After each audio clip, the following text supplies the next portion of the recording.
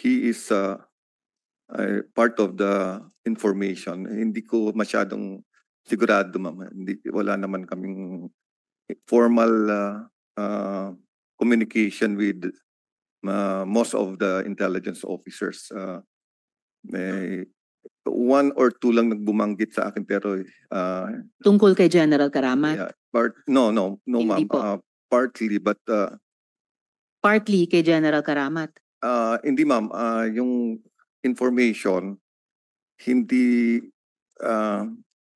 parang may sinabi lang sila sa CIDG pero walang specific name na General Karamat, ma'am. So yung unit ng CIDG ang nababanggit ng ilan mga intelligence operatives. And nabanggit nyo rin po kanina yung monthly na payola.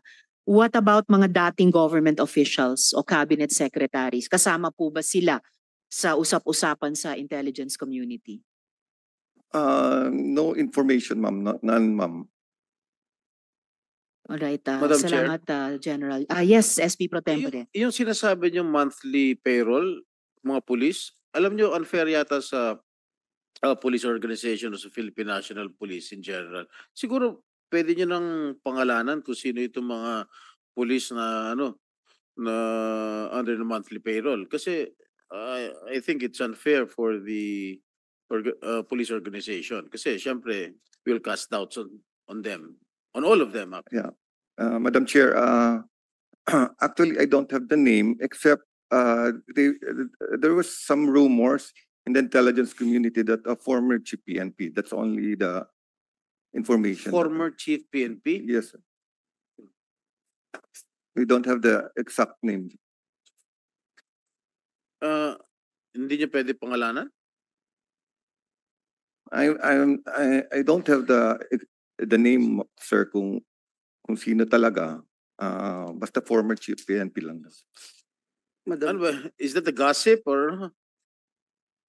Huh? Anyway, that's why I said, sir, that the intelligence community are still verifying. Verifying it. They have to confirm it yet. Okay, Madam Chair, before you proceed, I would like to move that we invite the partner of Mayor Kalugay in the next hearing, since Mayor Kalugay mentioned that he has a partner who seems to be running the business interests of the mayor. And according to him, his partner is also the person mentioned by Mayor Kalugay, who knows the buyer of Happy Penguin, yung Veronica Soriano. Mayor, I so move, Madam Chair. Yes, SP Pro Tempore. Naisulat niyo na po ba, Mayor, yung pangalan nila sa papel? Opo, Madam Chair. Okay, sabihin mo na, our minority leader is requesting us, you to mention the name of your partner. How will we find out? Naisulat ko na po, Your Honor. Iimbitahin naman, ba't hindi rin sabihin yung pangalan? So sa susunod na pagdinig, iimbitahin namin natin ang partner ni Mayor Kalugay para sumagot sa mga tanong ng mga senadora. Comsec, ibabalik ko po itong papel sa iyo. Madam Chair, and with the indulgence of our colleagues, Senator Joel. in the name of fairness, Madam Chair, we have here with us General Karamat, and I also agree with Senator Jinggoy. Ayaw ho natin madungisan yung pangalan ng ating kapulisan. Ayaw din nating just draw conclusion right away na merong ganito, merong ganyan. And we have heard a lot of rumors, etc. Pero this time may mga affidavits, may mga na-interview po tayo na lumalabas yung pangalan ni General Karamat. And yung last hearing, lumabas din po yung pictures, etc.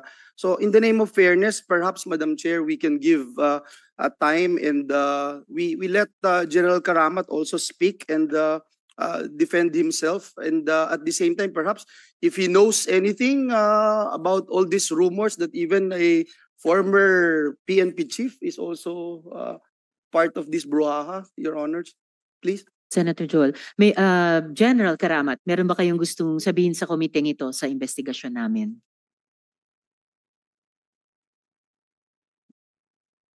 Madam Chairman and honorable members of this committee, good afternoon, sir. Sir, as for the information that there was an involvement of a former chief PNP, I haven't got any information regarding that on that matter, sir, ma'am.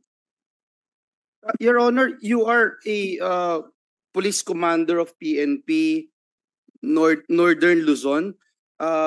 When the time na nagkaroon po ng raid yung PAOK dito sa Zunyuan, is that correct, sir?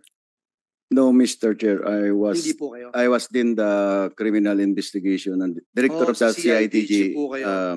Mr. CIDG Chair. po. Pero by that time po, may humingi ba sa inyong tulong? Or you heard about this raid, sir? Actually, when I was duly designated as the director of the CIDG, we raided Pogo in Banban, the first time that the Pogo in Banban was raided. Kayo po yung nasa Northern Luzon? No, Hindi po. CIDG Mr. pa Chair, lang, I yeah. was the director, Mr. Chair. Yeah, so when the time came na yung PAOK TF po ang nag-raid, wala na po kayo? I was still the director of the CIDG, Mr. Chair. Yes. Were you informed about it? No, sir. Did they ask help from you? Did you give any advice to PAOK? I was then on leave. That's the reason why maybe I was not informed of the second raid in the Pogo in Banban, Mr. Kailan Chair. niyo po nalaman, sir, na ni-raid na? After I arrived, sir, from vacation, Mr. Chair. So after you arrived, when was that? A day or two after? Immediately after my vacation, Mr. Chair. So when was that search? That the same day that they raided, or? I was still on leave when they conducted the raid, Mr. Chair. Opo, nung dumating na po kayo, mga ilang araw na po yun natapos yung raid? I think Kahit estimate lang, sir. 3 to a week? 4 days 3 to after 4 the days. raid was conducted, Oo, Mr. and Chair. nagbigay ho kayo ng payo sa kanila because you said from the first raid, kasama ho kayo? Well, to be honest, Mr. Chair, I was upset why I was not informed. Okay. It was a slap on my face as the director of the CIDG, and they used my men in that trade, and they didn't bother to inform me, so I was upset. But I understand my men that they are just following orders from the chief PNP, so I helped them in their investigation. But even though, honestly, I was upset, and I confronted the chief PNP why he didn't inform me of that trade. So Who was the I chief offered PNP? General Acordaden, Mr. Chair, sir. You said you were upset. You claimed that it was a slap on your face. Pero nagbigay tulong pa rin po kayo. Is that correct? Anong tulong po yung binigay ninyo?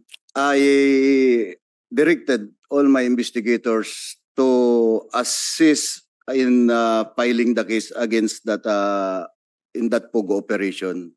Sir, sabi nyo slap in your face because your men actually, yung mga tao po ninyo, yung kasamang nag-raid. Pero ang pagkakaalam ko po, Madam Chair, ang CIDG NCR po ang tumulong sa PAOK, hindi yung sa regional. Is that correct? CIDG NCR is still under my command, Yes, Mr. but Chair, not sir. from the central zone. Yes, Mr. Chair. Oh, and this happened under your nose, so hindi nyo po alam ito when it happened? I don't know the wisdom of the chief PNP and the PAOK why they didn't inform me on during that operation. Maybe because I am on leave, Mr. Chair. Maybe you're on leave or maybe, Your Honor, Madam Chair, it is because meron pong pangamba sa inyo that you are part of this. Is that something that you thought about, sir? I talked to the then former chief PNP that if he doesn't trust me, he could immediately relieve me from as director of the CIDG. I confronted the former chief PNP, kung wala ka ng tiwala sa akin, alisin mo na ako. And when you confronted him, did he mention na kaya hindi ka in-inform is because you might be part of this? Hindi po niya sinabi yun. Ang sabi niya lang, nawala sa isip niya dahil nasa live ka naman. So, hindi ko na alam kung sabi niya, sir. Sir, ano yung connection po ninyo? Kasi last time pinakita yung picture niyo with JP Samson. Anong connection niyo po sa kanya? Magkaibigan po kayo? Actually, JP Samson, nung unang tinanong yan sa akin sa Kongreso, hindi ko matandaan yung pangalan. But when pinakita yung picture sa screen, I remember him. And then pinakilala lang sa akin as GP Taba or GP Baliwag kasi siya po yung may-ari ng Baliwag Litson. And that was the first time I saw him, Mr. Chair. So hindi ko kayo matagal nang magkakilala? Wala kayong pinagsamahan na anumang perhaps business interest or anything, sir? No, Mr. Chair. That was the first time I saw that guy, Mr. Chair.